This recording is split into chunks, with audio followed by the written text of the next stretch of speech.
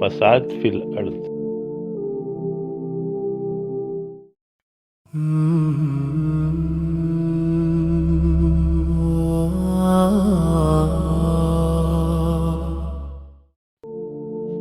اعوذ باللہ من الشیطان الرجیم، بسم اللہ الرحمن الرحیم۔ البقرہ آیت کا مفہوم ہے، جب ان سے کہا جاتا ہے کہ زمین میں فساد پیدا نہ کرو تو یہ جواب دیتے ہیں کہ ہم تو اصلاح کرنے والے ہیں، خبردار رہو، یہی لوگ فساد پھیلانے والے ہیں۔ لاہور کے ایک علامہ ایسے ہی مصلح ہونے کے دعوے دار صاحب نے حضرت امیر معاویہ رضی اللہ تعالیٰ عنہ کی شان میں محرم کے ان دنوں میں گستاخی کی ہے کہ جب پورے ملک میں فسادات سے بچنے کے لیے سیکورٹی ہائی الرٹ ہوتی ہے۔ ان دنوں میں چھوٹے موٹے یوٹیوبر تو اپنی گستاخیاں کرتے رہتے ہیں، لیکن لوگوں میں زیادہ معروف لوگ خاص احتیاط کرتے ہیں کہ یہ دن بہت حساس ہوتے ہیں۔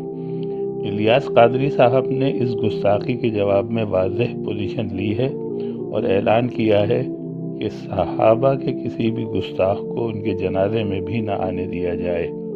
الیاس قادری صاحب دعوت اسلامی کے سربراہ ہیں اور کسی بھی قسم کے تنازعات میں نہیں پڑتے۔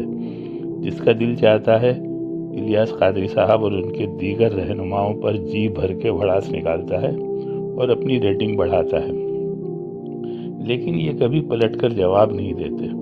لیکن حضرت امیر معاویہ رضی اللہ تعالیٰ عنہ کی شان میں گستاخی کو انہوں نے برداشت نہیں کیا اور اپنا رد عمل دے دیا ہے۔ یہاں انہوں نے اپنے نیوٹرل یا غیر جانبدار رہنے کی پالیسی کو بالائے طاق رکھ دیا ہے۔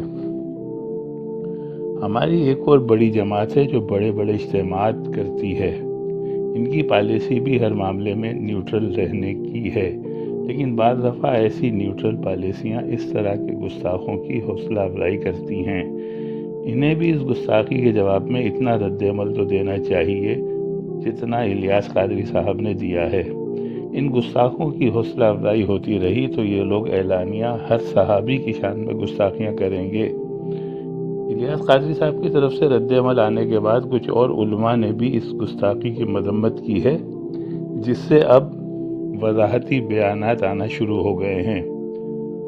اگر مذہبی سیاسی جماعتوں کے سربراہوں کو کوئی کچھ کہہ دے تو یہ شور مچا دیتے ہیں، لیکن صحابہ کے ساتھ گستاخی پر خاموش رہتے ہیں۔ تمام مذہبی جماعتوں کو سیاست کو بالائے طاق رکھ کر اس گستاخی پر رد عمل دینا چاہیے اور اپنے سیاسی مفادات کی پرواہ نہیں کرنی چاہیے۔ صدق اللہ العظیم۔